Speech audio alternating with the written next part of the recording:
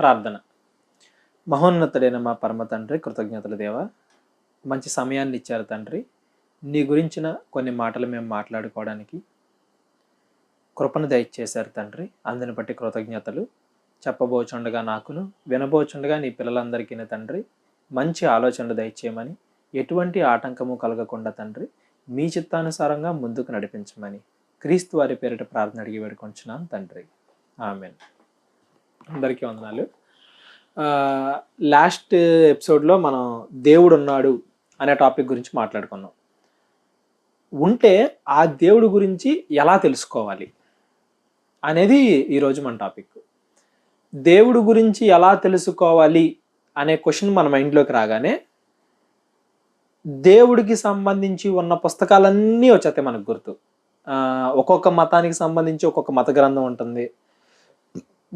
దగ్గరగా ప్రపంచంలో 3000కు పైగా మత గ్రంథాలు ఉన్నాయి. వీటిల్లో ఏది నిజం? ఇలా ఇప్పుడు ఫర్ ఎగ్జాంపుల్కి 3000 మత గ్రంథాలు నేను చదువుతా కూర్చున్నాను అనుకోండి, నా లైఫ్ అంతా అయిపోయింది.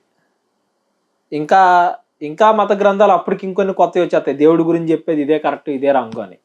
మరి ఇన్ని మత గ్రంథాలలో నిజమైన మత గ్రంథం ఏది? మత గ్రంథం అనడం కంటే నిజంగా ఏ గ్రంథం దేవుడి గురించి కరెక్ట్గా చెప్తుంది? దేవుడి గురించి చెప్పే పుస్తకాలు చాలా ఉన్నప్పటికీ కరెక్ట్గా మనం దేవుడు అంటే ఇది అని డెఫినేషన్ ఇచ్చుకున్నాం. ఆ దేవుడి గురించి చెప్పగలిగే పుస్తకం ఏదన్నా ఉందా అంటే అది బైబిల్ ఒక్కటే. అదేంటి, ఏ దైవ గ్రంథం దేవుడి గురించి చెప్తుంది మనం తెలుసుకుందాం అని చెప్పేసి డైరెక్ట్గా బైబిల్ పేరు చెప్పేశాను అని అనుకోకుండా, ఇక్కడ మనం గుర్తించాల్సిన పాయింట్ ఏంటంటే, మన ఇండియన్ గవర్నమెంట్ మనకు కొన్ని ఏమంటారు హక్కులు, కొన్ని రాజ్యాంగం, కొన్ని చట్టాలు ఇచ్చింది.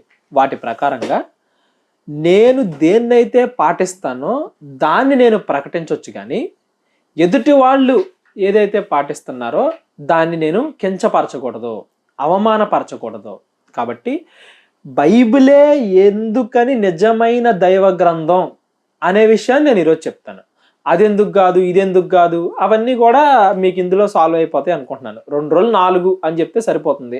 3 కాదు, 5 కాదు, 6 కాదు, ఇవన్నీ కాకుండా 2 రోజులు 4 ఎందుకు, బైబిలే ఎందుకు నిజమైన దైవ గ్రంథం అనే విషయాన్ని మాత్రం నేను చెప్తాను. అది లాజికల్గా ఉందా లేదా, ఇది కరెక్ట్గా ఉందా లేదా అనేది మెసేజ్ ఎండింగ్ టైంకి మీరే డిసైడ్ చేయండి. ఇకపోతే ఫస్ట్ అసలు బైబిల్ దగ్గరికే మనం ఎందుకు రావాలి ఏంటి అనే పాయింట్లో మాట్లాడితే, ప్రపంచంలో ఇప్పటి వరకు ఎక్కువ మంది ఫాలో అయ్యే బుక్ ఏదైనా ఉంది అంటే బైబిల్. ఎంత అని చెప్పానంటే, మిగతా వేరే గ్రంథాలు మీకు దొరకడం ఏమైనా కష్టం అవుతుందేమో, కానీ బైబిల్ మాత్రం ఫ్రీగా చాలా అవైలబుల్, అంటే ఎక్కడ కావాలంటే అక్కడ దొరికే అవైలబుల్గా ఉండేది బైబిల్ మాత్రమే. మీకు తెలుసో లేదో తెలియదు, కానీ ఒకసారి నేను మళ్ళీ గుర్తు చేస్తాను. ప్రపంచంలో మొట్టమొదట ప్రింట్ అయిన పుస్తకం బైబిల్. మొట్టమొదటిగా ఇందులో ఉన్న జ్ఞానాన్ని, ఇందులో ఉన్న సబ్జెక్ట్ని అందరికీ చేరవేయాలి అనే సబ్జెక్టు, అనే థాట్ బైబిల్ దగ్గర నుండే వచ్చింది. అఫ్కోర్స్ ఫస్ట్ ప్రింట్ అయింది కాబట్టి బైబిలే నిజమైన దైవ గ్రంథం అని నేను చెప్పట్లా. జస్ట్ ఈ పాయింట్ నేను ఎందుకు చెప్పానంటే, ఇవాళ ఏ గ్రంథాలు దేవుడి గురించి చెబుతున్నాయి అని మనం మాట్లాడుకుంటున్నామో అవన్నీ కూడా దీని తర్వాత వచ్చినవే అనే పాయింట్ నేను చెప్పడం కోసం చెప్తున్నా. అంటే బైబిల్ నుండి ఇన్స్పిరేషన్ తీసుకుని, ఓకే మంచి చెప్పేటప్పుడు లేదా దేవుడి గురించి చెప్పేటప్పుడు అందరికీ చెప్పాలి. అందరికీ చెప్పాలంటే బుక్ని ప్రింట్ చేయాలి. అలా ప్రింట్ చేయాలంటే బైబిల్ ఏ దారిలో వెళ్ళిందో ఆ దారిలో మేము వెళ్ళాలి అని అసలు ప్రింటింగ్ మిషన్ కనిపెట్టిందే బైబిల్ని ప్రింట్ చేయడం కోసం. ఇవాళ మనం సైన్స్ పుస్తకాలు చదవచ్చు, సోషల్ పుస్తకాలు చదవచ్చు, ఇంగ్లీష్ లిటరేచర్ పుస్తకాలు చదవచ్చు, ఏ పుస్తకమైనా చదవచ్చు. ఆ పుస్తకాలన్నీ ప్రింట్ చేయబడి మన చేతుల్లోకి వస్తున్నాయి అంటే కారణం బైబిల్. అఫ్కోర్స్ మళ్ళీ గుర్తు చేస్తున్నాను, ఫస్ట్ ప్రింట్ చేయబడింది కాబట్టి బైబిల్ నిజమైన దైవ గ్రంథం అని నేను చెప్పట్లా. జస్ట్ బైబిల్ యొక్క, అంటే బైబిల్ నుండే మనం ఎందుకు స్టార్ట్ చేయాలి, బైబిల్నే ఎందుకు మనం ఫస్ట్ పరిశీలించాలి, ఇది నిజమైన దైవ గ్రంథమా కాదా అనే దానికోసం మీకు ఒక పాయింట్ ఇస్తున్నాను అంతే. సరే, ఇకపోతే బైబిల్ లోపలికి వెళ్ళిపోదాం. బైబిల్ దగ్గరికి వచ్చేసరికి ఈ బైబిల్ అనేది ఏంటంటే ఒక పుస్తకం కాదు. బైబిల్లో టోటల్గా 66 పుస్తకాలు ఉంటాయి. ఈ 66 పుస్తకాలు అంటే ఈ పుస్తకాల సమూహం అంటే బైబిల్. ఇది బిబ్లియా అనే లాటిన్ వర్డ్ నుంచి వచ్చింది. బిబ్లియా అంటే మన తెలుగు మీనింగ్లో ఏమని వచ్చిందంటే పుస్తకాల సమూహం. ఇప్పుడు ఏదైనా ఒక పుస్తకాన్ని లేదా ఒక గ్రంథాన్ని పరిశీలించదగ్గ దానిలాగా ఒక అథెంటికేషన్ అంటే తెలుసుగా. ఇప్పుడు ఫర్ ఎగ్జాంపుల్కి మనం అప్పుడప్పుడు చూస్తూ ఉంటాం, మనకి ట్రూ ఇండియన్ అంటే పాస్పోర్ట్ ఉన్నవాడు నిజంగా ఇండియన్ అని ఒక సింబల్ ఉంటుందా ఉండదా? అంటే అది ఒక అథెంటికేషన్, వీడు ఇండియన్ అన్నట్టు. కొంచెం బిలో లెవెల్లో మాట్లాడుకుంటే ఆధార్ కార్డు ఉండాలి అని. లేదు అనుకుంటే ఇప్పుడు ట్విట్టర్లో కానీ ఆటలో కానీ చూస్తాం, చెక్స్ ఉంటాయి. ట్విట్టర్లో డబ్బులు పెట్టారులే, యూట్యూబ్లో కానీ ఆటలో కానీ వెరిఫైడ్ అకౌంట్ అని ఉంటుంది. వెరిఫైడ్ అంటే ఏంటి? అది అథెంటికేషన్ ఉంది దానికి, అది వ్యాలిడ్ అని. వ్యాలిడ్ అన్న పదం మనం ఎప్పుడు ఇస్తామంటే ఎస్పెషల్గా ఈ బుక్స్కి సంబంధించి ఏ గ్రంథం అయినా కానీ, మత గ్రంథాలు అవ్వచ్చు లేకపోతే పుస్తకాలు అవ్వచ్చు, ఏవైనా కానీ అవి అథెంటిక్ అంటే అది ఏమంటారు, నిజమైనవే అనేది అని చెప్పాలి అంటే మనం ముఖ్యంగా 3 విషయాలు పరిగణలోకి తీసుకుంటాం. ఏంటా 3 విషయాలు? ఒకటి, జాగ్రఫికల్గా అందులో ఏ తప్పు కనబడకూడదు. జాగ్రఫికల్గా యాక్యురేట్గా ఉండాలి. జాగ్రఫికల్ అంటే ఏంటి? ఈ ప్లేస్లో ఇది ఉంది, ఆ ప్లేస్లో ఇది ఉంది, ఈ ప్లేస్ తర్వాత ఇది వచ్చింది, ఈ ప్లేస్ తర్వాత ఇది వచ్చింది అనే జాగ్రఫికల్ యాక్యురేట్. అంతేనా కదా? ఇప్పుడు ఫర్ ఎగ్జాంపుల్కి నేను ఏదో పుస్తకం రాసాను, ఆ పుస్తకం మార్స్ మీద ఉందో లేకపోతే ఏమంటారు శాటర్న్ మీద ఉందనో మూన్ మీద ఉందనో రాశాను. అక్కడ పరిస్థితులు ఎలా ఉంటాయో తెలియదు నాకు. తెలియపోయినా కానీ నేను వాటికి తగ్గట్టుగా ఏదో స్టోరీ వెళ్ళేసి మీకు రాశాను అనుకోండి. లేదా పలానా మనం చిన్నప్పుడు కథలు చదువుకుంటాం, పెదరాసి పెద్దమ్మ అని చదువుకుంటాం. పెదరాసి పెద్దమ్మ ఎక్కడుందో తెలియదు మనకి, అది నిజంగా జరిగిన సంఘటన కాదు తెలియదు, అది అసలు ఏ లొకేషన్లో ఉందో మనకు తెలీదు. అంటే ఎవరో కల్పించి చెప్పిన కథలు, కాకమ్మ కథలు కాదు బైబిల్ అనేది. ఒకవేళ నిజంగా ఇప్పుడు ఏ ప్లేసెస్ అయితే మనం చూస్తున్నామో ఆ ప్లేసెస్లోనే జరిగిందా, ఆ ప్లేసెస్ ఉన్నాయా, అసలు ఆ ప్లేసెస్ మనకి జాగ్రఫికల్గా ఎక్కడున్నాయి ఏంటి? ఒక జాగ్రఫికల్గా యాక్యురేట్గా ఉండాలి, హిస్టారికల్గా యాక్యురేట్గా ఉండాలి. హిస్టారికల్గా యాక్యురేట్ అంటే ఏంటి? ఇప్పుడు నేను పలానా ఇప్పుడు 2023లో జగన్మోహన్ రెడ్డి గారు మన ఆంధ్రప్రదేశ్కి సీఎం. నేనేదో స్టోరీ రాసేసి ఒక కథ రాసేసి ఏంటంటే 2023లో చంద్రబాబు నాయుడు గారు ముఖ్యమంత్రిగా ఉన్నప్పుడు మాకు పలానా పథకం పెట్టారు అని చెప్పాను అనుకో. నేను ఆ పుస్తకాన్ని ఒక 10 సంవత్సరాల తర్వాత ఎవరైనా చదువుతూ ఒకసారి ముఖ్యమంత్రి లిస్ట్ అంతా తీస్తే 2023లో జగన్మోహన్ రెడ్డి గారు కదా సీఎం, ఇదేంటి చంద్రబాబు చెప్పాడు అని అనగానే నేను చెప్పిన స్టోరీ అంతా తప్పు అని కొట్టిపారేస్తారు. కరెక్టేనా కదా? అంటే నేను చెప్పిన విషయం నేను కల్పించి చెప్పానా లేకపోతే ఏంటా అనేది ఒకటి జాగ్రఫికల్ ప్లేసెస్ చూస్తే తెలుస్తుంది, 2 హిస్టారికల్గా అది యాక్యురేట్గా ఉందా లేదా అనేది తెలుస్తుంది, 3 సైంటిఫికల్గా యాక్యురేట్గా ఉందా లేదా అనేది తెలుస్తుంది. ఈ సైంటిఫికల్ యాక్యురేట్ అనేది ఎందుకు ఇంపార్టెంట్ అంటే, సైంటిఫిక్ అనేది కూడా పాతకాలంలో దేవుడు అనే పదాన్ని చాలా వాటికి దేనికి పడితే దానికి పెట్టేసేవాళ్ళు. ఇప్పుడు ఎవరన్నా వచ్చి సహాయం చేసినా కానీ వాళ్ళని దేవుడు, అఫ్కోర్స్ వాళ్ళ సహాయం చేసిన వాళ్ళలో దైవ గుణం ఉంది అని చెప్పడం కరెక్టే, కానీ వాళ్ళే దేవుళ్ళు కాదు. జనాలకి వాల్యూ తెలియక మూన్ని దేవుడు అంటాం, లేకపోతే నక్షత్రాలని దేవుడు అంటాం. ఇలా రకరకాలుగా దేవుడు అనే పదాన్ని చాలా వాటికి అప్లై చేసేవాళ్ళు. ఎప్పుడైతే సైన్స్ కొంచెం అప్డేట్ అయ్యి, లేదు చంద్రుడు ఒక ఉపగ్రహం, సూర్యుడు ఒక నక్షత్రం, భూమి ఒక గ్రహం, ఇలా మనకి నాలెడ్జ్ పెరిగిందో అప్పుడు ఆ మూఢనమ్మకాలు అనేవి తగ్గిపోయాయి. మూఢనమ్మకాలు తగ్గిపోవడానికి ప్రధానమైన కారణం సైన్స్ యొక్క డెవలప్మెంట్. మరి ఈ సైంటిఫికల్గా బుక్ యాక్యురేట్గా ఉందా లేదా అనేది కూడా మనకి చాలా ఇంపార్టెంట్. ఈ 3 విషయాలని ముఖ్యంగా, అంటే ఇంకా చాలా విషయాలు ఉన్నాయి, ముఖ్యంగా ఈ 3 విషయాలని పరిగణలోకి తీసుకుని ఒక బుక్ అనేది అథెంటికేట్ బుక్కా కాదా, అది ఏమంటారు కరెక్ట్గా ఉందా లేదా అనేది చెప్తారు. ఒకసారి ఆ 3టిని మనం పరిశీలించాం అనుకో. ఫస్ట్ పాయింట్ ఏంటి? జాగ్రఫికల్గా యాక్యురేట్గా ఉందా లేదా అనే మనం పాయింట్ కనుక మనం తీసుకుంటే, అసలు బైబిల్ అనేది మొట్టమొదటి పేజీ నుంచే కూడా జాగ్రఫికల్గా ప్రతిదీ చెప్పింది. అంటే ఉదాహరణకి భూమి ఎలా ఏర్పడింది అని మనం చదువుకున్నాం అనుకో. ఈ జనాలు ఇప్పుడు మనం ఏదైతే పరిశోధనలు చేసి చెప్తున్నామో, ఒకనొక టైంలో భూమి మొత్తం మీద నీరుండేవి, తర్వాత తర్వాత మెల్లగా పర్వతాలు వచ్చాయి, తర్వాత తర్వాత మెల్లగా చెట్లు వచ్చాయి. ఒక క్లైమేట్తో సహా, క్లైమేట్ అంటే ఏంటి, ఏమంటారు మనకి ఆదికాండం 2వ అధ్యాయం ఏమంటారు 2వ అధ్యాయంలో చూసినా కానీ 2వ అధ్యాయము 5వ వచనం, అది వరకు పొలమందలి ఏ పొదయు భూమి మీద నుండలేదు, పొలమందలి ఏ చెట్టును మొలవలేదు, ఏలైనగా దేవుడైన యెహోవా భూమి మీద వాన కురిపించలేదు, నేలను సేద్యపరచుటకు నరుడు లేడు, అయితే ఆవిరి భూమి మీద నుండి లేచి నేల అంతటిని తడిపెను. అంటే ఆ కాలంలో, అంటే ఈ ఆదికాండం అనేది దగ్గరగా 6000 సంవత్సరాల క్రితం, క్రీస్తు పూర్వం 4000 ఆ టైంలో రాయబడిందండి. ఆ టైంలో వాన ఎలా పడుతుంది అనే విషయం కూడా చాలా మందికి తెలియదు. ఇవాళ మనకి సైన్స్ బాగా అప్డేట్ అయిపోయి ఏమంటారు సముద్రాల్లోకి నదుల్లోకి వెళ్ళిన నీరు అనేది ఆవిరైపోయి మేఘాలుగా వెళ్ళి ఆ మేఘాలే వర్షంగా పడుతున్నాయి అన్న విషయం ఇవాళ మనం చదువుకుంటున్నాం. కానీ సైన్స్ పుస్తకాల్లో ఆ కాలంలో వాన కూడా ఎలా వస్తుందో తెలియక, వాన ఊరికి ఆకాశం నుండి పడిపోద్ది అదేంటో అనుకుని వానను కూడా గొప్పగా చూసే వాళ్ళు ఉన్నారు. ఆ కాలంలోనే బైబిల్ యాక్యురేట్గా మాట్లాడింది అసలు వాన అనేది ఎలా పడుతుంది. సైకిల్ మనం చదువుకుంటాం చూసారా, లైఫ్ సైకిల్ లాగా వాటర్ సైకిల్ ఒకటి ఉంటుంది. మనం భూమి మీద వాటర్ ఏమవుద్ది, సముద్రాలు ఏమంటారు సరస్సులు, తర్వాత నదులు, తర్వాత సముద్రాలు, అది మళ్ళా ఇదొక సైకిల్. సరే, అక్కడి నుంచి కనుక మనం ముందుకెళ్ళాం అనుకోండి, అక్కడ ఏ అయితే సముద్రాలు చెప్తాడో ఆ సముద్రాలు ఎప్పటికీ ఉన్నాయి. అక్కడి నుంచి కనుక మనం ఏమంటారు అంటే మొత్తం అంతా ఈ చూసుకుంటూ వెళ్ళాం అనుకోండి, బైబిల్లో అరారాతు పర్వతం కనపడుతుంది, పర్వతాలు ఇక్కడ ఉండేవి, మనకి ఎర్ర సముద్రం కనపడుతుంది మోషే గారి దగ్గర. ఈ కొంచెం ఎవరికన్నా బైబిల్ గురించి కొత్తగా అవగాహన లేని వాళ్ళు చదవండి ఒకసారి, లేదా ఒకసారి ఇంటర్నెట్లో సెర్చ్ చేయండి. ఎర్ర సముద్రం కనపడుతుంది మనకి, మృత సముద్రం కనపడిద్ది మనకి, ఇజ్రాయెల్ కంట్రీ కనపడిద్ది మనకి. ఇజ్రాయెల్ కంట్రీ ఇవాళున్న ప్రాంతానికి ఒక 4000 సంవత్సరాలు ఉన్నప్పటికీ చాలా వ్యత్యాసం ఉంది. ఆ టైంలో ఇజ్రాయేలులో వాతావరణ పరిస్థితులు ఎలా ఉండేవి అనేది కూడా బైబిల్ చాలా యాక్యురేట్గా చెప్పింది. సరే, ఆ ఇజ్రాయెల్ లొకేషన్ ఆ లొకేషన్ అనుకుందాం.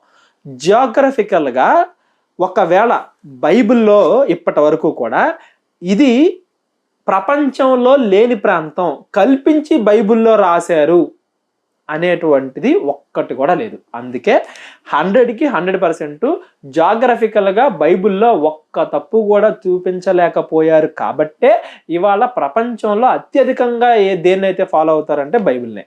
ప్రపంచంలో ఎక్కువ మంది ఫాలో అయ్యే బుక్ ఏంటిదంటే బైబిల్. ఎందుకు? జాగ్రఫికల్గా మనకి ఇందులో ఎటువంటి కనపడవు. అందుకే ఇవాళ జనాలు యోర్దాన్ నది చూడడానికి వెళ్తారు, ఆ కాలంలో కట్టిన యెరూషలేము గోడలు చూడడానికి వెళ్తారు. ఎందుకు చూడడానికి వెళ్తారు? అవన్నీ బైబిల్లో రాయబడినవి హిస్టారికల్గా యాక్యురేట్గా, జాగ్రఫికల్గా యాక్యురేట్ ప్లేసెస్ కాబట్టి అవి వాతావరణ సూచనలతో సహా. ఇకపోతే నెక్స్ట్ది హిస్టారికల్ ఎవిడెన్సెస్. హిస్టారికల్ ఎవిడెన్సెస్ అంటే ఏంటి? బైబిల్లో ఏవైతే బైబిల్లో మనకి రాజులు రాజ్యాలు ఈ కాలంలో వీళ్ళు పరిపాలించారు, ఆ కాలంలో వాళ్ళు పరిపాలించారు, ఇవన్నీ చెప్తారు. అవి నిజంగా అలాగే ఉన్నాయా లేదా ఎవరో కల్పించి రాశారా? ఇప్పుడు ఉదాహరణకి ఇందాక చెప్పినట్టుగానే ఒక బుక్ కరెక్టా కాదా? ఇప్పుడు రోమీలు పరిపాలించారు అనుకోండి, మన ఇండియాని బ్రిటిష్ వాళ్ళు పరిపాలించారు ఒక ఇన్ని సంవత్సరాలు, 100 సంవత్సరాలు. ఆ టైంలో బ్రిటిష్ వాళ్ళు పలానా వ్యక్తి పరిపాలించాడు, బ్రిటిష్లో పలానా వ్యక్తి పరిపాలించాడు, వాళ్ళ కింద పలానా వ్యక్తి ఉండేవాళ్ళు అని వాళ్ళ దగ్గర ఒక హిస్టరీ ఉంటుంది. ఇవాళ ఇప్పటికీ మనం చదువుకుంటున్నాం, ఆ హిస్టరీ ఉండబట్టే ఇన్ని సంవత్సరాలు పరిపాలించారు, ఈ టైంలో వీళ్ళు ఉన్నారు, ఈ టైంలో వీళ్ళు ఉన్నారని. అలాగా ప్రతి కంట్రీ కూడా హిస్టరీ మెయింటైన్ చేస్తుంది. ఏ కాలంలో ఏ రాజు పరిపాలించాడు, ఆ రాజు కాలంలో ఏమేం జరిగాయి, ఈవెన్ దో మనం ఆ రాజు కాలంలో ఏమేం జరిగాయని మనం మన భారతదేశంలో అశోకుడు పాతకాలం మొఘలుల కాలం నుండి చదువుకుంటాం. ఈ రాజు కాలంలో ఇది జరిగింది, ఈ రాజు కాలంలో ఇది జరిగింది, ఈ రాజు కాలంలో ఇది జరిగింది అని. అదంతా ఎలా తెలిసింది మనకి? మనం ఒక హిస్టరీ మెయింటైన్ చేస్తాం దాని గురించి. అలాగే బైబిల్ రాసింది కూడా ఒకసారి చెక్ చేస్తే, అంటే బైబిల్లో రాసినవి కూడా చెక్ చేస్తే హిస్టారికల్గా ఒక్క తప్పు కూడా ఎవరికి కనబడలా. ఇప్పటి వరకు ప్రపంచంలో బైబిల్లో రాసిన హిస్టరీ అనేది తప్పు అని చూపించిన వాళ్ళు ఎవరు లేరు. బైబిల్లో మనం మాట్లాడుకున్నాం అనుకోండి, పాతకాలంలో ఆ యూరోపియన్ ఆ ఇజ్రాయెల్ కంట్రీస్ దగ్గర ఎక్కువ పరిపాలించిన వాళ్ళు ఎవరంటే బబులోను సామ్రాజ్యం ఒకటి, అతిపెద్ద సామ్రాజ్యంగా చెప్పుకుంటారు వాళ్ళని. మనకి ఇండియాకి మనకి తెలిసింది ఏమంటారు బ్రిటిష్ వాళ్ళు కాబట్టి ఒక్కలే కాబట్టి ఇండియాని ఏమంటారు బ్రిటిష్ వాళ్ళు 200 సంవత్సరాలు పరిపాలించారు, 400 సంవత్సరాలు పరిపాలించారు అని మనం చెప్పుకుంటాం, వచ్చి 400 సంవత్సరాలు అవుతుందని. మనకి వాళ్ళు ఒక్కలే. అంతకుముందు రాజులు పరిపాలించేవాళ్ళు. కానీ ఇజ్రాయేలీలు యూరోపు అటు వెళ్ళిపోతే, మనం ఆఫ్రికా ఈజిప్టు అటు వెళ్ళిపోతే, అటువైపు అతిపెద్ద బలమైన సామ్రాజ్యం ఏంటంటే బబులోను సామ్రాజ్యం. ఇప్పటికీ బబులోను సామ్రాజ్యంలో ఎంతమంది చచ్చిపోయారని వాళ్ళు టెక్స్ట్ బుక్స్లో చదువుకుంటారు. బబులోను సామ్రాజ్యం ఒకటి, దాని తర్వాత బబులోను సామ్రాజ్యం అయిపోగానే ఏమంటారు, పార్సీకుల సామ్రాజ్యం వచ్చింది, మాదీయుల సామ్రాజ్యం వచ్చింది, ఆ తర్వాత ఇవన్నీ బైబిల్లో ఉండేవే, నేనేం చెప్పట్లా. ఒకసారి మనం చూసాం అనుకోండి బబులోను గురించి. దానియేలు మొదటి అధ్యాయము మొదటి వచనం, దానియేలు మొదటి అధ్యాయం మొదటి వచనం. యూదారాజుకు యెహోయాకీము ఏలుబడిలో బబులోను రాజుకు నెబుకద్నెజరు యెరూషలేము మీదకి వచ్చి దాన్ని ముట్టడి వేశారు. బబులోను రాజు అయిన నెబుకద్నెజరు. ఇప్పుడు మన హిస్టరీ బుక్స్ ఆ టైంలో ప్యారల్ గా ఉండే రికార్డ్ చేసాం అనుకోండి, అక్కడ కూడా ఏమైనా ఉంటది, బబులోను రాజ్యం అనే పలానా రాజ్యం ఉంది, ఆ రాజ్యం ఇక్కడ నుండి ఈ టైం దాకా వీళ్ళని పరిపాలించింది, ఆ రాజ్యంలో రాజు నెబుకద్నెజరు అని మనకు కనబడుతుంది. మనకి నెబుకద్నెజరు అనే ఆయన కూడా ఒక ఫేమస్ రాజు, అతని గురించి కూడా మనం చదువుకుంటాం. నెబుకద్నెజరు గురించి చదువుకుంటాం, అలెగ్జాండర్ గురించి చదువుకుంటాం, గ్రీకుల సామ్రాజ్యం గురించి చదువుకుంటాం. గ్రీకుల ఆ టైంలో ఎలాగా అలెగ్జాండర్ ప్రపంచం మొత్తాన్ని కాంకర్ చేసేద్దాం అనుకున్నాడని చదువుకుంటాం. తర్వాత రోమీలు వచ్చారు, రోమా సామ్రాజ్యం అక్కడ స్టార్ట్ అయ్యే కదా, అటు నుంచి ఇటు వచ్చింది మొత్తానికి ఇంగ్లీష్ వాళ్ళు. వీళ్ళ సామ్రాజ్యం ఎలాగ విస్తరించిందని చదువుకుంటాం. బబులోని సామ్రాజ్యం కావచ్చు, మాదీయుల పారసీకుల సామ్రాజ్యం కావచ్చు, రోమా సామ్రాజ్యం కావచ్చు, గ్రీకు సామ్రాజ్యం కావచ్చు, ఇవన్నీ బైబిల్లో యాక్యురేట్గా ఉండడమే కాదు, ఏ టైంలో ఏ కాలంలో ఏ రాజు పరిపాలించాడు, ఎక్కడి నుంచి ఎక్కడి వరకు పరిపాలించాడు, ఆ టైంలో ప్రజలు ఎలా ఉండేవాళ్ళు, ఎవరిని ఎవరు బంధించారు అనే విషయాలు కూడా ఏమంటారు, ఎక్కడ ఏ తప్పు లేకుండా రాయబడింది బైబిల్లో మాత్రమే. ఈవెన్ మనం హిస్టరీ చదువుకోవడమే కాదు, దేవుడు వాటిని జరగక ముందే రాయించారు. ఉదాహరణకి దానియేలు అనే పుస్తకం తీసుకున్నాం అనుకోండి, మనం దానియేలు అనే పుస్తకం రాయబడే టైంకి రోమా సామ్రాజ్యం అనేది ఇంకా పెద్దది అవలా, అప్పటికి ఇంకా బబులోనిలో పరిపాలిస్తూ ఉన్నారు. దానియేలు పుస్తకం రాసే టైంకి క్రీస్తు పూర్వం 2000 సంవత్సరాల క్రితం నాటిది. అప్పుడే చెప్పాడు దేవుడు దానియేలుకి ఏమని, ఇదిగో బబులోను సామ్రాజ్యం అయిపోయింది దాని పని, తర్వాత మాదీయ పారసీకులు వస్తారు, తర్వాత గ్రీకు సామ్రాజ్యం వచ్చింది, తర్వాత రోమా సామ్రాజ్యం వచ్చిందని ముందు చెప్పి మనకి బైబిల్లో రాజుల పేర్లు కూడా రాయబడినట్టుగా కనబడుతుంది. కొత్త నిబంధన వచ్చేంత వరకు, పాత నిబంధనలో మొత్తం ఇదిగోండి ఆదికాండం అనే పుస్తకం దగ్గర నుంచి మలాకి అనే పుస్తకం వరకు ఉన్న చరిత్ర మొత్తం, ఈవెన్ కొత్త నిబంధన చరిత్ర కూడా, ప్రతిదీ కూడా పిన్ పాయింట్తో సహా హిస్టారికల్గా యాక్యురేట్ అండ్ ఎవిడెన్సెస్ ఇవాళకి కనుక్కుంటూ ఉన్నారు మనోళ్ళు. దావీదు ఫేమస్ రాజ్యం చదువుకుంటాం, ఆ దావీదు కాలంలో ఉన్నవి ఏమంటారు, సొలొమోను గురించి ఈవెన్ మన ఏమంటారు, ఎక్కడో ఇజ్రాయేల్ కంట్రీని పరిపాలిస్తే సొలొమోను, అతని గురించి స్టోరీస్ మనం మన తెలుగు టెక్స్ట్ బుక్స్లో చదువుకుంటాం. చిన్నప్పుడు చదువుకుంటాం చూసారా, ఏమంటారు, ఒక ఇద్దరు తల్లులు ఈ బిడ్డ నాది అని పోట్లాడుకుంటూ ఉంటుంటే, లేదు ఆ బిడ్డ ఎవరో ఏమంటారు కట్ చేసి ఇద్దరికి చెరో సగం ఇస్తాను అని చెప్తే, నిజమైన తల్లి ఆమెకే ఇచ్చేయండి అమ్మా అంటదని చెప్పేసి, ఆ స్టోరీ ఎక్కడి నుంచి వచ్చింది, సొలొమోను గారి దగ్గర నుంచి. దావీదు గారు ఇప్పటికీ దావీదుని గొలియాతుని బైబిల్లో ఉన్న స్టోరీస్ని ఇన్స్పిరేషన్గా తీసుకుని ఎంతోమంది ఎన్నో రకాలుగా ఉపయోగించుకుంటున్నారు. వాటికి హిస్టారికల్ ఎవిడెన్సెస్ కూడా స్టిల్ ఫైండ్ అవుట్ చేస్తూ ఉన్నారు. ఏది వాటిని నాశనం చేయడానికి ఆ ఇజ్రాయెల్ కంట్రీ మీద, బైబిల్ కంట్రీస్ మీద కొన్ని సంవత్సరాలు, శతాబ్దాల నుంచి యుద్ధాలు జరుగుతూ ఉన్నప్పటికీ అన్ని ఎవిడెన్సెస్ కనుక్కుంటున్నారంటే ఇంకెన్ని ఎవిడెన్సెస్ ఉన్నాయి. జాగ్రఫికల్గా యాక్యురేట్, హిస్టారికల్గా యాక్యురేట్, ఇకపోతే సైంటిఫికల్ విషయానికి వచ్చేస్తే ఇప్పుడు సైన్స్ అంటే ఏంటి, ప్రపంచం గురించి మనం నేర్చుకోవడం, చదువుకోవడం, తెలుసుకోవడం. చదువుకునే మనకి ముందు తెలిసిద్దా, క్రియేట్ చేసిన దేవుడికి ముందు తెలిసిద్దా? మనం కనిపెడతాం ఇది ఈ టైంలో అని, కానీ తయారు చేసి పెట్టింది ఎవరంటే దేవుడు. అందుకే బైబిల్ కనిపెట్టక ముందే బైబిల్లో ఉన్న సైన్స్ ఈరోజు కనిపెట్టిన ఎన్నో సత్యాలని బైబిల్ ముందే చెప్పింది. ఉదాహరణకి మనం కొన్ని చూసాం అనుకోండి, కొన్ని వరకే చెప్తాను, చాలా ఉన్నాయి, మీకు అర్థం అవడం కోసం కొన్ని చెప్తాను. న్యూటన్ గారు క్రీస్తు శకం అంటే ఇప్పుడు యేసు ప్రభు వారి పుట్టుక, యేసు ప్రభు వారి పుట్టక ముందు, మనం క్రీస్తు పూర్వం క్రీస్తు శకం చదువుకుంటాం. క్రీస్తు పూర్వం BC, బిఫోర్ క్రైస్ట్ అంటే యేసు ప్రభు పుట్టక ముందు. ఏడి ఎన్నో డామిని అంటే యేసు ప్రభు వారు పుట్టిన తర్వాత క్రీస్తు శకం. అసలు యేసు ప్రభు అనే ఒక పర్సనే లేకపోతే, ఆయన గురించి అంత జరిగింది నిజమే కాకపోతే, కాలాన్ని యేసు ప్రభు పుట్టక ముందు యేసు ప్రభు పుట్టిన తర్వాత అంత డివైడ్ ఎందుకు చేస్తారు చెప్పండి? ఒక పాయింట్ ఉంటేనే కదా డివైడ్ చేస్తారు. యేసు ప్రభు వారు భూమి మీద బ్రతకడం అనేది నిజం, అక్కడ జరిగిన అవన్నీ కూడా సత్యాలు. సరే, దాని దగ్గర తర్వాత వెళ్దాం.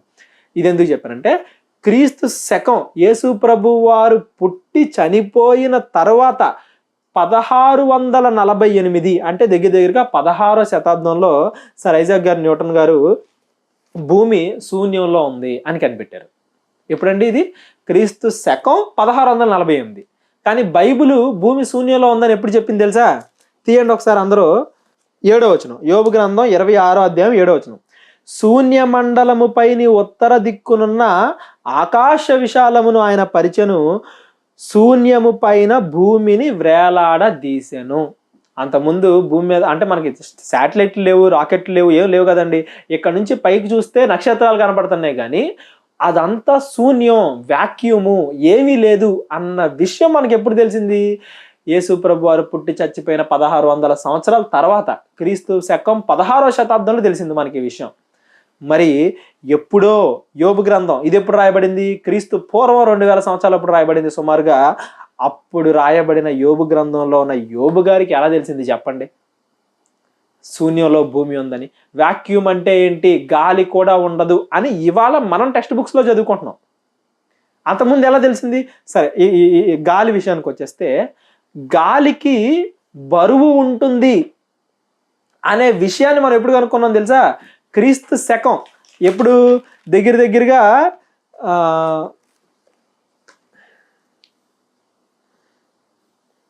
1662. క్రీస్తు శకం 1662లో రాబర్ట్ బౌల్ అనే ఆయన గాలికి బరువు ఉంటుంది అని అనుకున్నాడు. అంతకుముందు ఏమనుకున్న వాళ్ళు గాలికి బరువు లేదుగా అంటే చూస్తుంటే తెలియట్లేదుగా, మనం ఎలా అంటే అలా వెళ్ళిపోతుంది, గాలి ఉందని తెలుస్తుంది కానీ గాలికి బరువు ఉందని తెలియట్లేదు కదా అని గాలికి బరువు లేదు అనుకున్నారు. గాలికి బరువు ఉంది అన్న విషయాన్ని 16వ శతాబ్దంలో మనం కనుక్కున్నాం. బైబిల్ ఎప్పుడు చెప్పిందో చూడండి. అదే యోబు గ్రంథం 28వ అధ్యాయము 25వ వచనం.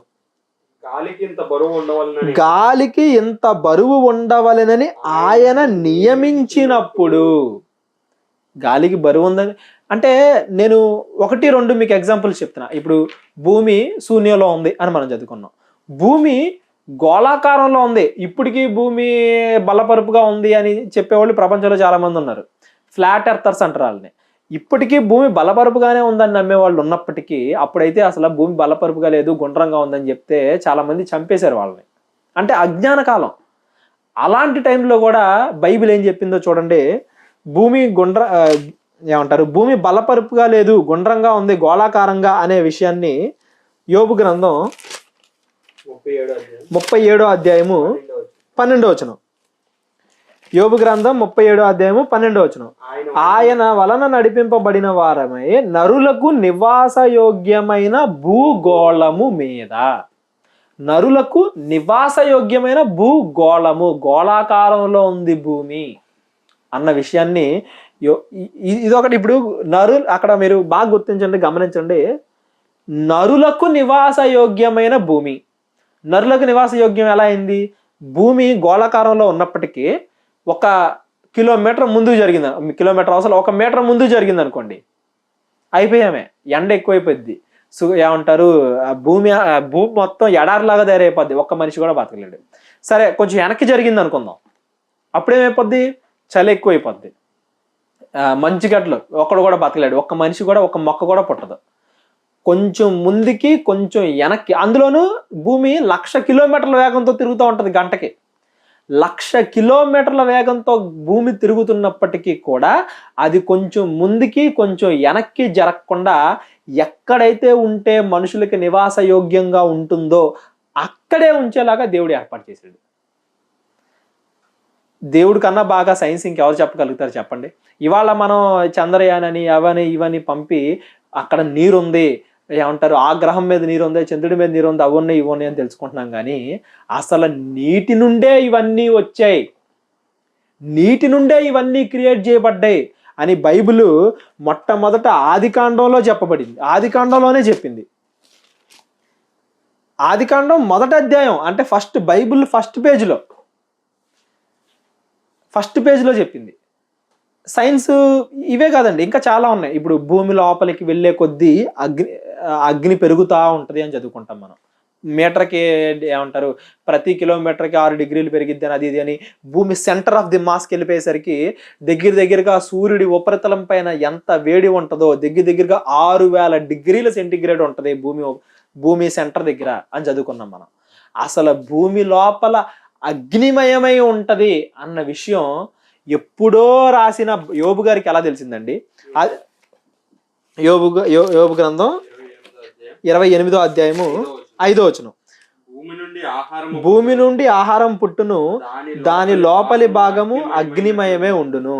ఇది ఎప్పుడు మనం కనుక్కున్నాం తెలుసా అండి? ఎప్పుడు కనుక్కున్నాం ఇది?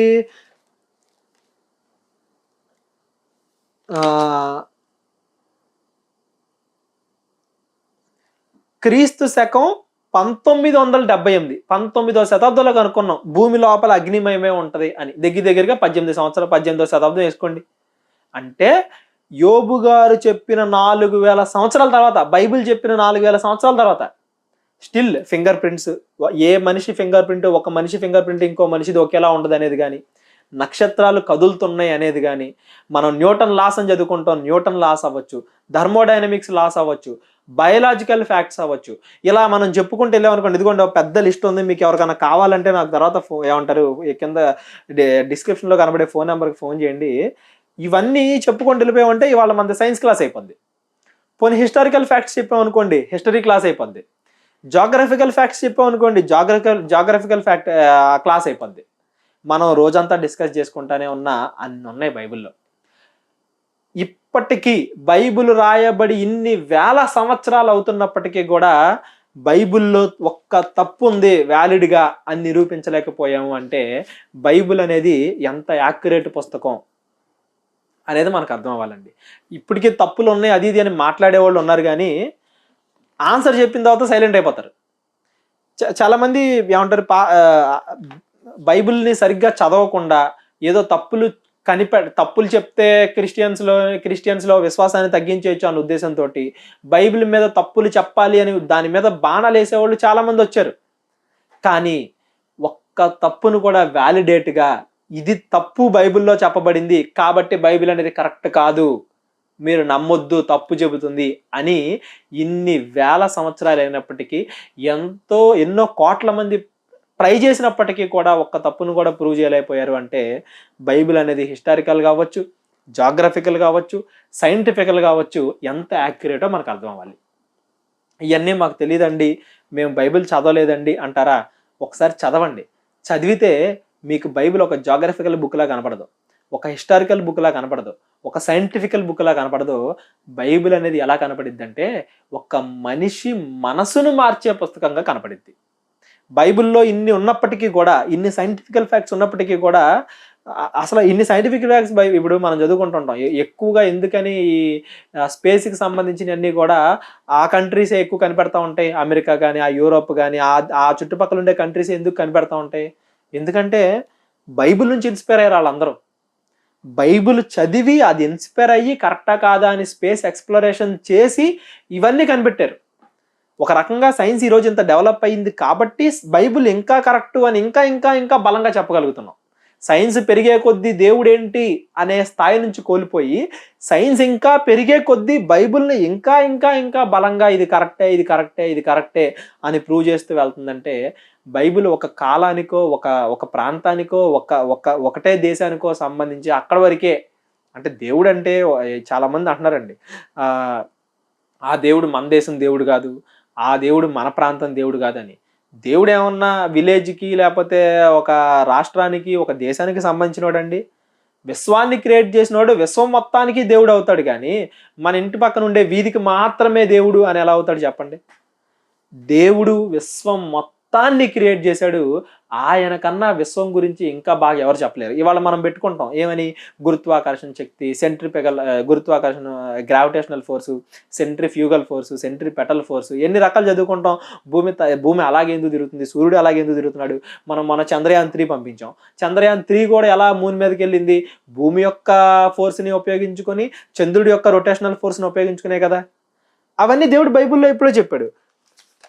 ఆకాశమందలి శక్తులు అన్నాడు వాటిని. మత్తయి సువార్త 24వ అధ్యాయం, మత్తయి సువార్త 24వ అధ్యాయము 29వ వచనం. ఆ దినముల శ్రమ ముగిసిన వెంటనే చీకటి సూర్యుడిని కమ్మును, చంద్రుడు కాంతినియడు. చీకటి సూర్యుడిని కమ్మితే చంద్రుడు ఎందుకు కాంతినివ్వడు? ఎందుకంటే చంద్రుడు లైట్ అనేది సూర్యుడి దగ్గర నుంచి వస్తుంది. సూర్యుడు స్వయం ప్రకాశకం కానీ చంద్రుడు స్వయం ప్రకాశకం కాదుగా. ఇదే మాట ఇంకొక చోట కూడా చెప్తాడు, అది మనం తర్వాత ఎప్పుడైనా చూద్దాం. మీకు తెలియాలంటే ఒకసారి కాంటాక్ట్ అవ్వండి. చంద్రుడికి సూర్యుడికి మధ్య తేడాను కూడా చెప్పింది బైబిల్. చీకటి సూర్యుడిని కమ్మును, చంద్రుడు కాంతినియడు, ఆకాశము నుండి నక్షత్రములు రాలును, ఆకాశమందలి శక్తులు కదిలింపబడును. చాలా మంది అనొచ్చు, అక్కడ అదేంటండి ఆకాశమందలి శక్తులు రాశారు, డైరెక్ట్ గా గ్రావిటేషనల్ ఫోర్స్ అనో, సెంట్రిఫ్యూగల్ ఫోర్స్ అనో, రొటేషనల్ ఫోర్స్ అనో రాయొచ్చు కదా అంటే, ఆ పదాలు మనం తర్వాత కనిపెట్టుకున్నాం. ఈ పేర్లు మనం తర్వాత రాసాం. కానీ బైబిల్లో నువ్వు ఆ పేర్లు, ఆ శక్తులకి పేర్లు పెట్టక ముందే వాటిని రాశాడు. కాబట్టి అందరికి అర్థం అవ్వాలని ఆకాశమందలి శక్తులు అన్నాడు. అంటే ఎగ్జాంపుల్కి బైబిల్లో డైనోసార్స్ గురించి ఉంది.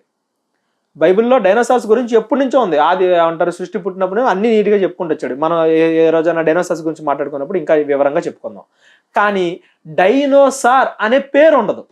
ఎందుకు ఆ పేరు ఉండదు? డైనోసార్ అనే పేరు తర్వాత మనం పెట్టుకున్నాం బైబిల్ రాయబడిన తర్వాత. బైబిల్ రాయబడిన కాలంలో దానికి వేరే పేరు ఉండేది, ఆ పేరు వాడి చెప్పారు బైబిల్లో. అంతే కదా, పేరు మార్చిన తర్వాత మనం కొత్త పేరు వాడతాం. కానీ అసలు దానికి పేరే పెట్టక ముందు దాన్ని ఇప్పుడు ఒకవేళ మనం గ్రావిటేషనల్ ఫోర్స్ అని పేరు పెట్టాం, ఇక్కడ గ్రావిటేషనల్ ఫోర్స్ అని రాశాడు అనుకోండి. ఆ కాలం వాళ్ళకి గ్రావిటేషనల్ ఫోర్స్ అంటే ఏమర్థం అవుద్ది? మనం తర్వాత పేరు పెట్టుకున్నాం. కాబట్టి ఆకాశమందలి శక్తులు అన్నాడు దేవుడు. ఇలా 1 కాదు 2 కాదు చూసుకుంటూ వెళ్ళిపోతే చాలా ఉన్నాయి. వీటన్నింటినీ కూడా దేవుడు ఒక ఆర్డర్లో రాసుకొచ్చి ఒక బైబిల్ని ఏమంటారు, ఎవ్వరు కదపలేని పుస్తకంగా దేవుడు అంటాడు. ఏమనంటే ప్రకటన గ్రంథంలో దీనిలోంచి ఒక పొల్లైనను ఒక సున్నా అయినను తప్పిపోదు అన్నాడు. ప్రకటన గ్రంథం 22వ అధ్యాయము 19వ వచనం ఏం చెప్తున్నాడు చూడండి. 22:19 ఎవడైనను ఈ ప్రవచన గ్రంథమందున్న వాక్యములలో ఏదైనాను తీసివేసిన ఎడల దేవుడు ఈ గ్రంథంలో రాయబడిన జీవవృక్ష వానికి పాలు లేకుండా చేయును. ఒక్క సున్నా ఒక్క పొల్లు కూడా తప్పిపోకుండా బైబిల్ని పర్ఫెక్ట్గా రాయించాడండి. అదే మాట ఇంకో చోట కూడా చెప్తాడు. 2వ పేతురు రాసిన 2వ పత్రిక 1వ అధ్యాయము 20వ వచనం ఒక్కడు తన ఊహను బట్టి చెప్పుట వలన లేఖనములో ఏ ప్రవచనము పుట్టదని మొదట మీరు గ్రహించుకోనవలను. ఎలా తెలిసినాయి వాళ్ళకి? Historical facts. వాళ్ళు ఏమన్నా మొత్తం అంతా సెర్చ్ చేసి వెళ్ళారా? ఇప్పుడు నాకు కనుక ఏ కంట్రీని ఎవరు పరిపాలించారు, ఎంతకాలం పరిపాలించారు అని తెలియాలంటే ఏం చేయాలి? నేను వెళ్ళి రాజు దగ్గరికి వెళ్ళి కనుక్కుని రావాలి. అసలు రాజు ఇన్ఫర్మేషన్ కూడా లేకుండా వీళ్ళు దైవశక్తితో రాయిపోతే వాళ్ళకి ఎలా తెలిసినాయి? సైంటిఫికల్ ఫ్యాక్ట్స్ వీళ్ళకి ఎలా తెలిసినాయి? క్రీస్తు శకం 16, 17, 18, 19 క్రీస్తు పుట్టి చనిపోయిన 1500 సంవత్సరాల తర్వాత మనం సైన్స్లో కనుక్కున్న ఈ ఫ్యాక్ట్స్, ఈ యొక్క సైంటిఫికల్ విషయాలన్నీ కూడా క్రీస్తు పూర్వం కొన్ని వేల సంవత్సరాల క్రితం రాయబడిన యోబు గారికి ఎలా తెలిసినాయి? వాళ్ళకి ఎలా తెలిసినాయి ఈ సైంటిఫికల్ ఫ్యాక్ట్స్ అన్ని? ఫింగర్ ప్రింట్స్ ఒకళ్ళు మ్యాచ్ అవ్వవు అనేది మనం తర్వాత తెలుసుకున్నాం. వాళ్ళకి ఎలా తెలిసింది ఒక్కడి ఫింగర్ ప్రింట్ ఇంకొకటిది మ్యాచ్ అవ్వదు అని? ఇవన్నీ వాళ్ళకి ఎలా తెలిసాయి అంటే వాళ్ళు వాళ్ళ జ్ఞానాన్ని ఉపయోగించి రాయలేదు. ఏమండి, ఇప్పుడు న్యూటన్ గారు ఉంటారండి. న్యూటన్ గారు ఆ థియరీ మాత్రమే ప్రపోజ్ చేయగలరు. న్యూటన్ గారు ఒకటి చెప్పారు, ఐన్స్టీన్ గారు ఇంకోటి చెప్పారు, స్టీఫెన్ హాకింగ్ ఇంకోటి చెప్పాడు. అందరూ కలిపి ఒకళ్ళే అన్నీ చెప్పలేరు కదండి. అన్నీ ఒక్కడే చెప్పగలిగారంటే అది వాళ్ళ తెలివి అంటారా, దేవుడి తెలివి అంటారా? యోబు గారికి అవన్నీ ఎలా తెలిసా? యోబు గారు పెద్ద సైంటిస్టా? కాదు, దేవుడు చెప్పాడు. ఒకడు తన ఊహను బట్టి చెప్పుట వలన లేఖనములో ఏ ప్రవచనము కలుగలేదని మొదట మీరు గ్రహించుకొనవలెను. ఏలయనగా ప్రవచనము ఎప్పుడును మనుషుని ఇచ్చను బట్టి కలగలేదు గాని మనుషులు పరిశుద్ధాత్మ వలన ప్రేరేపింపబడిన వారే దేవుని మూలముగా పలికిరి. వాళ్ళ ఇష్టానుసారంగా అయితే కేవలం వాళ్ళ రాజ్యానికి ఉపయోగపడేలా రాసుకుంటారు, లేదా వాళ్ళ కాలంలో ఉపయోగపడేలా రాసుకుంటారు, వాళ్ళ చుట్టుపక్కల వాళ్ళకి మాత్రం ఉపయోగపడేలా రాసుకుంటారు. కానీ తరతరాలుగా ఎన్నో వందల వేల సంవత్సరాల క్రితం రాయబడిన బైబిల్ ఇప్పటికీ 2000 సంవత్సరాల తర్వాత కూడా మనుషుల మనసులు మారుస్తుంది అంటే ఇది మనుషులు వాళ్ళ మెదడులో పుట్టిన ఆలోచనలతో రాసింది కాదు, దేవుడే రాయించి ఇచ్చినది. అందుకే ఇవాళ బైబిల్లో ఏమంటారు, బైబిల్లో ఎంతో మంది బైబిల్ని ఆదర్శంగా తీసుకుని ఈవెన్ దో వాళ్ళు క్రిస్టియన్స్ అవ్వనప్పటికీ కూడా యేసు ప్రభు వారి కన్నా బాగా ప్రేమ, క్షమాపణ అనే గుణాలను ఎవరు ఎక్స్ప్లెయిన్ చేయలేదని ఒప్పుకుంటారు. బైబిల్ దగ్గరికి వచ్చేసావంటే ప్రేమ, క్షమాపణ, ఎదుటివాడిని ప్రేమించాలి అనే పదానికి ఆరిజిన్ ఎక్కడి నుంచి వచ్చింది, ప్రేమ అనే పదానికి మీనింగ్ ఎక్కడి నుంచి వచ్చిందంటే బైబిల్ దగ్గర ఉండని చెప్తారు. ఎందుకు అంతలా చెప్తారు, ఎందుకు అలా దాన్ని గొప్ప చేస్తారు అంటే అది ఎవరో కూడా కాదనలేని నిజం. నిజంగా యేసుప్రభు వారు బతికారు, నిజంగా అది చూపించారు, అందును బట్టే కాలాన్ని డివైడ్ చేశారు. మీరు బైబిల్ నిజమైన దైవ గ్రంథమా కాదా అని నమ్మడానికి బైబిల్ ఫస్ట్ ప్రింట్ చేశారు. బైబిల్లో చారిత్రక ఆధారాలు ఉన్నాయి, బైబిల్లో హిస్టారికల్ ఎవిడెన్సెస్ ఉన్నాయి, జాగ్రఫికల్ ఎవిడెన్సెస్ ఉన్నాయి, సైంటిఫికల్ ఎవిడెన్సెస్ ఉన్నాయి. ఇవన్నీ పక్కకు నెట్టేయండి. ప్రపంచంలో అత్యధికంగా ఒక మనిషిని ప్రేమ వైపు నడిపిస్తున్న పుస్తకం ఏదుందంటే అది బైబిల్. ఒక మనిషిలో ప్రేమను పుట్టింపగలిగి ఒక మనిషిలో క్షమించాలనే గుణాన్ని పెంచి ఒక మంచి సొసైటీని తీసుకురావాలి అనే గుణాన్ని స్ప్రెడ్ చేస్తున్న, ప్రేమని స్ప్రెడ్ చేస్తున్న ఒకే ఒక్క రీజను బైబిల్ నిజమైన దైవ గ్రంథం అనడానికి సరిపోతుంది. బైబిల్ని ఆదర్శంగా తీసుకొని ఇవాళ ఎంతోమంది ఏ మతానికి చెందిన వారైనా కానీ పక్కన వాళ్ళకి ప్రేమిస్తూ మానవ సేవే మాధవ సేవ అంటారు. ఆ పదం ఎక్కడి నుంచి వచ్చింది? బైబిల్ నుండి వచ్చింది. దేవుడు లేడు అని నమ్మే వాళ్ళు కూడా దేవుడు చెప్పింది ఫాలో అవుతున్నారు, అందులో దైవత్వాన్ని వెతుకుతున్నారు. లేనివాడికి బట్టలు ఇస్తే దేవుడికి ఇచ్చినట్టే అన్నాడు. లేనివాడికి, మనం చదువుకుంటాం మత్తయి సువార్తలో, లేనివాడికి ఆహారం పెడితే దేవుడికి పెట్టినట్టే అన్నాడు. అక్కడి నుంచే మానవ సేవే మాధవ సేవ అనేది వచ్చింది. దేవుడికి సేవ చేయడం అంటే దేవుడికి కానుకలు ఇచ్చేయడం, మొక్కేయడం, ఆయనకి పెద్ద పెద్ద అది కోరుకోవాలా, దేవుడు పెద్ద పెద్ద గుళ్ళు కట్టించాలని కోరుకోవాలా. పక్కన వాడికి సహాయం చేయడమే దేవుణ్ణి ప్రేమించడం అని ప్రేమకు డెఫినేషన్ చెప్పి, ప్రేమను మనం స్ప్రెడ్ చేస్తే చాలు, అదే ఒక ఉన్నతమైన మనిషి యొక్క లక్షణం అని చెప్పిన ఒకే ఒక్క రీజన్ వల్ల బైబిల్ నిజమైన దైవ గ్రంథం అంటే, బైబిల్ నిజమైన గ్రంథం చెప్పడానికి చాలా రీజన్స్ ఉన్నాయి, కానీ ఆ ఒక్క రీజన్ సరిపోద్ది ఎవరి చేత అయినా కానీ ఇది కరెక్టా కాదా అని చెప్పించడానికి. ఇకపోతే మరి ఎందుకని బైబిల్ ఇంత గొప్పదైనప్పటికీ కూడా కొంతమంది తప్పుగా అర్థం చేసుకుంటున్నారు, కొంతమంది ఎందుకని అందులో తప్పులు వెతకాలని ప్రయత్నిస్తున్నారు, కొంతమంది ఎందుకు దాని మీద రాళ్ళు జల్లుతున్నారు, కొంతమంది ఎందుకు ఈ దేశానికి సంబంధించిన దేవుడు కాదు అని చెప్తున్నారు, కొంతమంది ఎందుకని ఏమంటారు పాస్టర్లు కావచ్చు, విశ్వాసులు కావచ్చు అంత బాగా ప్రచారం చేయలేకపోతున్నారు. ఏంటి అంటే బైబిల్ ఎలా చదవాలి అనే విషయం చాలా మందికి తెలియదు. అది ఎలా చదవాలి, ఏం చెయ్యాలి, ఎలా మన జీవితానికి అప్లై చేసుకోవాలి, ఇలాంటి విషయాలన్నీ నెక్స్ట్ ఎపిసోడ్లో మాట్లాడుకుందాం. ఎందుకంటే ఈవెన్ దో బైబిల్ మన చేతిలో ఉన్నప్పటికీ కూడా, క్రిస్టియన్స్ అయినప్పటికీ కూడా చాలా మందికి బైబిల్లో కొత్త నిబంధన, పాత నిబంధన అని 2 పుస్తకాలు ఉంటాయని తెలీదు. ఆ రెండింటి మధ్య తేడా కూడా తెలీదు. బైబిల్ దేవుడు ఎన్ని సంవత్సరాలు కష్టపడి ఇచ్చాడంటేనండి, ఇప్పుడు మీరు ఆలోచించండి, ఎప్పుడో 2000 సంవత్సరాల క్రితం రాయబడిన పుస్తకం అంటే బైబిల్లో ఆదికాండం అని తీసుకున్నాం అనుకో, ఒక 6000 సంవత్సరాల క్రితం రాయబడింది అనుకున్నాం అనుకో, ఒక 4000 సంవత్సరాల క్రితం రాయబడింది అనుకున్నాం అనుకోండి. బైబిల్లో కొత్త నిబంధనల పుస్తకం తీసుకున్నాం అనుకో, ఒక 2000 సంవత్సరాల క్రితం రాయబడింది అనుకోండి. 2000 సంవత్సరాలు ఆ పుస్తకాన్ని ప్రొటెక్ట్ చేయాలంటే ఎంత కష్టం చెప్పండి. మీరు ఒక 4-5 సంవత్సరాల క్రితం రాసుకున్న బుక్స్ మీ దగ్గర ఉంటాయా జాగ్రత్తగా? ఉండవు. అలాంటిది కొన్ని వేల సంవత్సరాలుగా రాయబడిన అన్ని ఒకే కన్సిస్టెన్సీ. అంటే ఇప్పుడు మళ్ళీ ఆదికాండం ఒకటి చెప్తే ఏమంటారు, మత్తయి సువార్త ఒకటి చెబితే, కీర్తనలు ఇంకోటి చెబితే, ప్రకటనలు ఇంకోటి చెప్తే అలా కాదు. వాళ్ళందరి మధ్య కరెక్ట్ కమ్యూనికేషన్, కరెక్ట్ సింక్. ఆయనే చెప్తాడు, ఈయన అదే చెప్తాడు, ఈయనే చెప్తాడు, ఆయన అదే చెప్తాడు. ఒకే పుస్తకం లాగా, ఈవెన్ దో 66 పుస్తకాలు అయినప్పటికీ కూడా ఒకే పుస్తకం లాగా, ఒకే స్టోరీతో ఒకటేలాగా, ఒక పుస్తకాన్ని ఇంకో పుస్తకం కాంట్రడిక్ట్ చేయకుండా ఒకటే లైన్లో రాయడానికి దేవుడు ఎంత కష్టపడ్డాడు. ఆ పుస్తకం మన చేతుల్లోకి రావడానికి దేవుడు ఎంత కష్టపడ్డాడు. చాలా మంది బైబిల్ మన చేతుల్లోకి రాకూడదు, ఈ జ్ఞానం ప్రతి మనిషికి తెలియకూడదని చెప్పేసి బైబిల్ ప్రింట్ చేసే గ్రంథాలయాలు ఏమంటారు, ప్రింటింగ్ ప్రెస్లు కాల్చేశారు, గ్రంథాలయాలు కాల్చేశారు. కొన్ని వేల సంవత్సరాలుగా క్రైస్తవుల మీద దాడి జరుపుతున్నప్పటికీ ఈ బైబిల్ వచ్చి మన చేతుల్లో పడింది అంటే దేవుడు నువ్వు ఈ బైబిల్ని చదవాలి అని ఎంత బాగా కోరుకుంటున్నాడు అనేది మీరు ఒకసారి గుర్తించండి. ప్రపంచంలో అత్యధికంగా ప్రింట్ అయ్యి మన చేతుల్లోకి వచ్చింది అంటే అందులో ఉన్నదాన్ని చదివి దాన్ని మన లైఫ్కి అప్లై చేసుకోవాలి అని ఎంత గట్టిగా దేవుడు బలంగా మన మీద ప్రణాళిక వేసుకున్నాడో మీరు గమనించండి.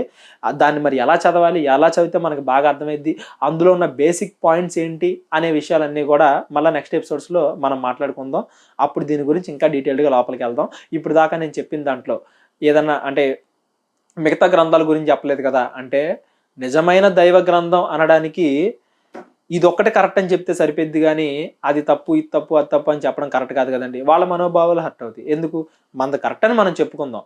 ఒకవేళ దీనికన్నా బెటర్గా ఉంది, దీనికన్నా బెటర్గా మనుషుల మనసులను మార్చగలిగేది ఇంకోటి ఉంది, దీనికన్నా బెటర్గా దేవుడి గురించి చెప్పగలిగేది ఇంకోటి ఉంది అని ఎవరన్నా తీసుకొస్తే అప్పుడు మాట్లాడదాం. 2000 సంవత్సరాల నుంచి ఎవరు తీసుకురాలేదు. నా పర్సనల్ ఎక్స్పీరియన్స్ని బట్టి, నేను చాలా వాటిని చదివిన దాన్ని బట్టి కూడా ఇందులో ఉన్న దాన్నే ఇంకా మళ్ళీ వేరే గ్రంథాలు ఏమంటారు కాపీ కొడతాం, ఇందులో ఉన్న దాన్ని ఎక్స్టెండ్ చేసి చెప్పడం, ఇందులో ఉన్న దాంట్లో కొంత పాటు చెప్పడమే కానీ 100% దేవుడి గురించి ప్రతిదీ చెప్పిన ఏకైక పుస్తకం ఏదైనా ఉందంటే బైబిలు.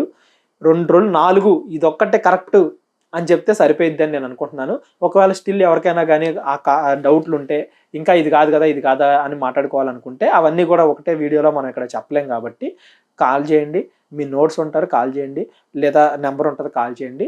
ఇంకా డీటెయిల్డ్గా మాట్లాడుకుందాం. డౌట్స్ ఏమైనా ఉంటే క్లియర్ చేసుకుందాం. మనకి ఏమైనా డౌట్లు ఉన్నప్పుడు వాళ్ళు తప్పు చెప్పారు, వీళ్ళు తప్పు చెప్పారు అని వదిలేయకుండా క్లారిటీగా ఓకే ఇది తప్పు, ఇది రైటు అని వాళ్ళని అడిగి తెలుసుకోవడం అనేది మంచి పద్ధతి. ఇప్పుడు నేను మనిషినే కదండి.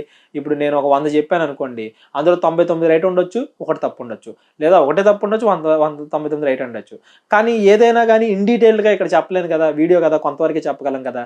మీరు అడగండి, ఫోన్ చేసి అడగండి, కాల్ చేసి అడగండి, ఇంకా ఇన్ డీటెయిల్గా మాట్లాడుకుందాం. 100కి 100 విషయాలు మాట్లాడుకుందాం. ప్రతిదీ కరెక్టా కాదా అని లాజికల్గా డిస్కస్ చేద్దాం.